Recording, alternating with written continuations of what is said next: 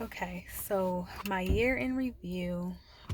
Just want to share maybe like 8 things that I've learned. I've learned so many things, but just some things that I can think of off top that I've learned from the time I quit my job, moved to LA, and basically just slowed down my life. Everything slowed down, which allowed me to catch up with where God wanted me to be in regards to, my just being aligned. And so, number one, slowing down. Um, Even when it came to working out, I went from going on morning runs to going on morning walks.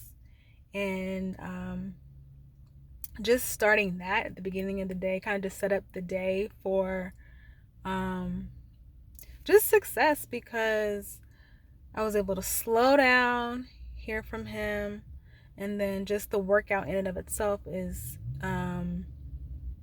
good for your body, and so just slowing down overall allowed me to get my job out of my head, the stresses and the anxiety that it brought or that came with it um, was no longer there. So it just freed me up of just space for God to just kind of feed me.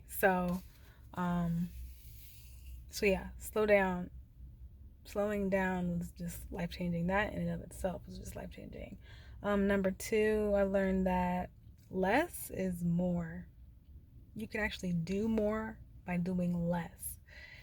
And I, um, that's in regards to a lot of things that things I was working on.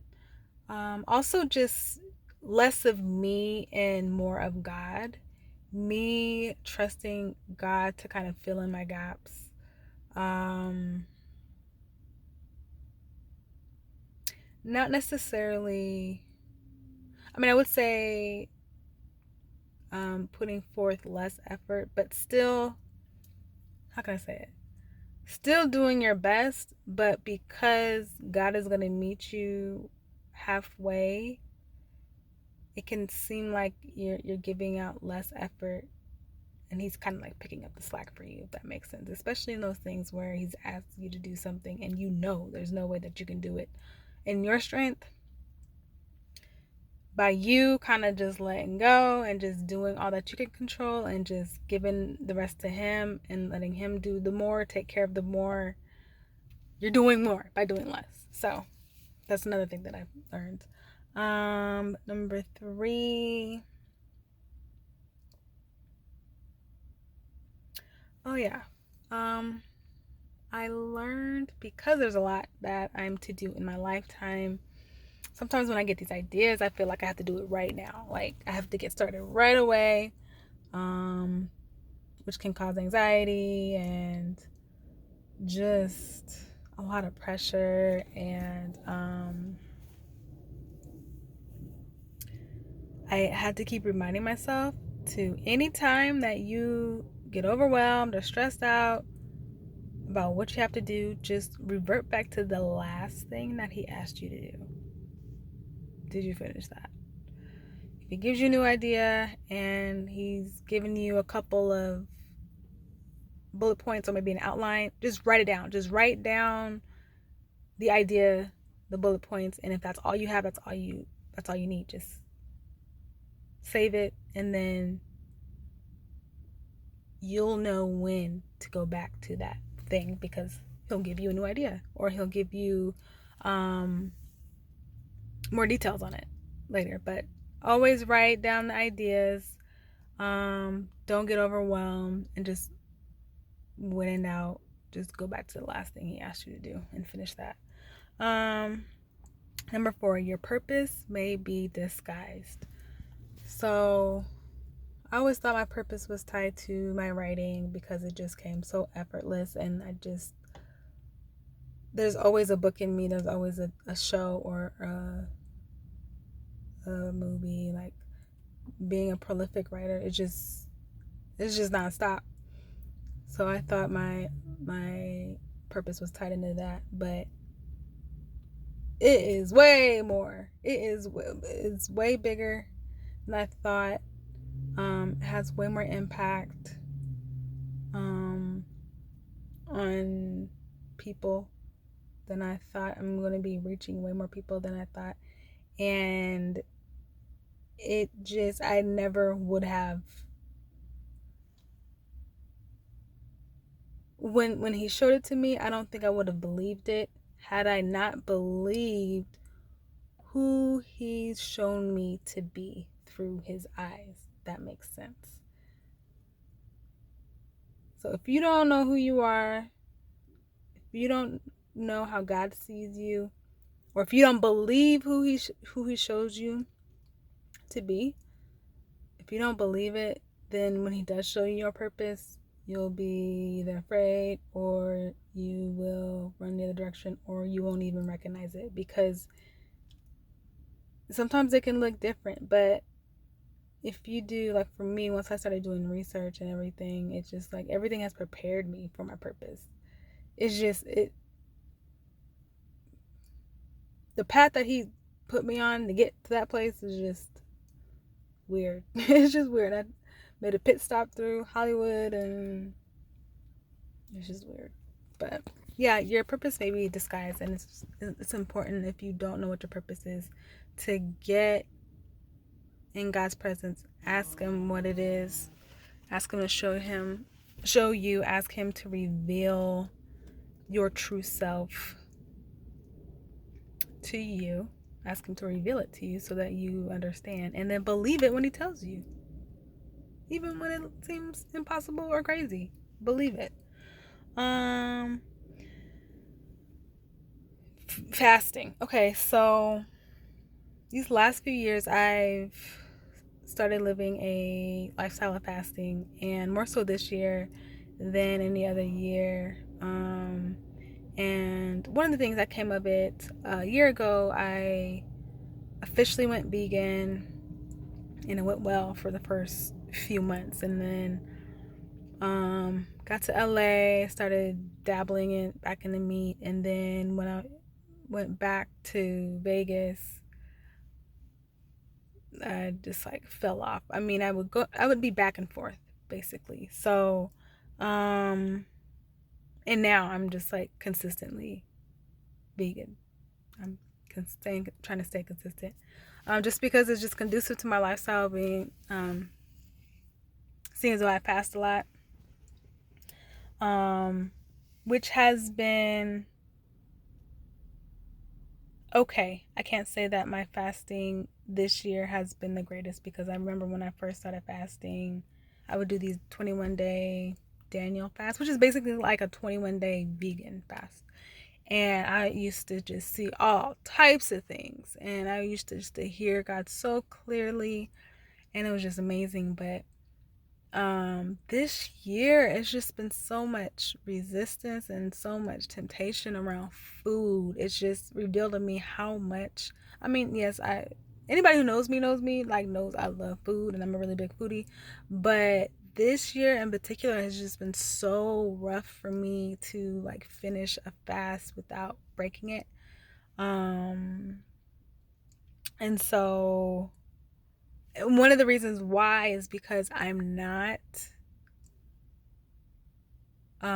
filling myself up with spiritual food as much as I should be, which is the main reason why I should be fasting, right? Is to hear from God and to get clarity and everything, but to also read the word. And I haven't been doing that as consistently or as much as I should while I fast, which sometimes can seem like a diet and just pointless.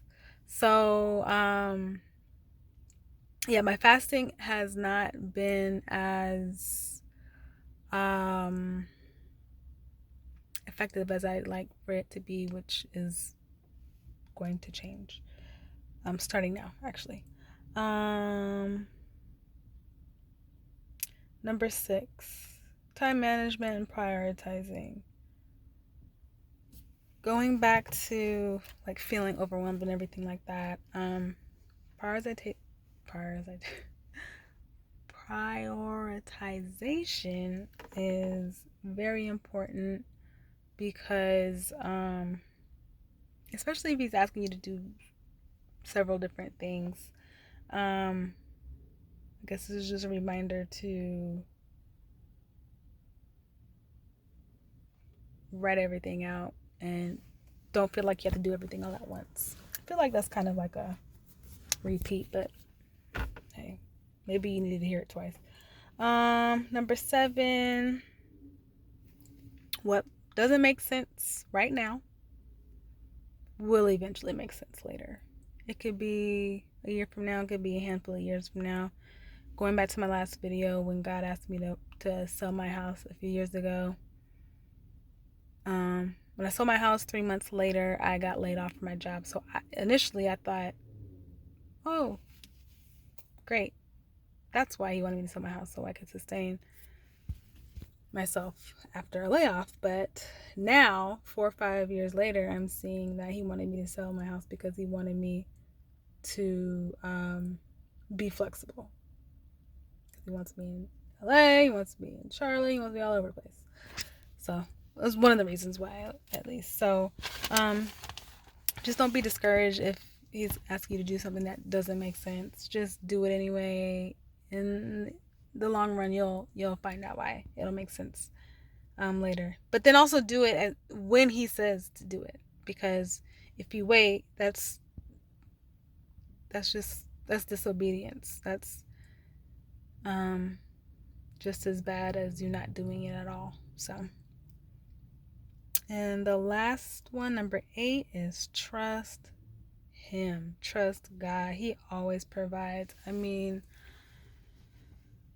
I don't think I've ever been this dependent on God as I've been in this last year, just with me not having many funds and not having much of a savings and being just limited, which I'm sure is by design, because had I had money that I'm used to having, I literally would be on somebody's beach right now, writing my life away without a care in the world. Like, seriously, I'd be out of the country somewhere writing if I had funds. So it was necessary, clearly necessary, for him to take away my money and just be so dependent on him, and for me to just focus on what he's asked me to do, because all that he's asked me to do is it takes a lot of focus and study and reading, and just I'm sure if I had the money that I wish I had in the moment, I wouldn't get any of this stuff done, because I'd be doing other things. So those are just a few things that I've learned in the last year of literally walking with God, walking in the Spirit. And with that comes with a lot of miracles, signs, and wonders that are just out of this world. And it's just like every day, it's just something miraculous happens. And which is another reason why I wanted to start this one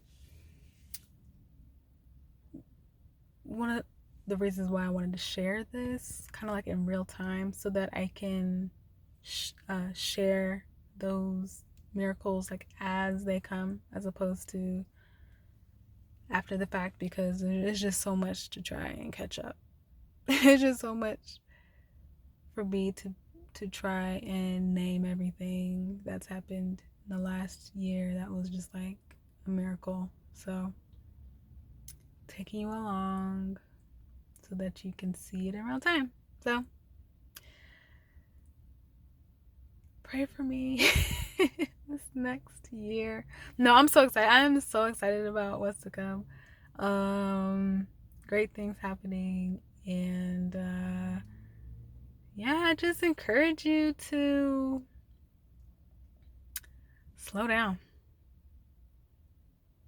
If you slow down, everything will make sense, because you'll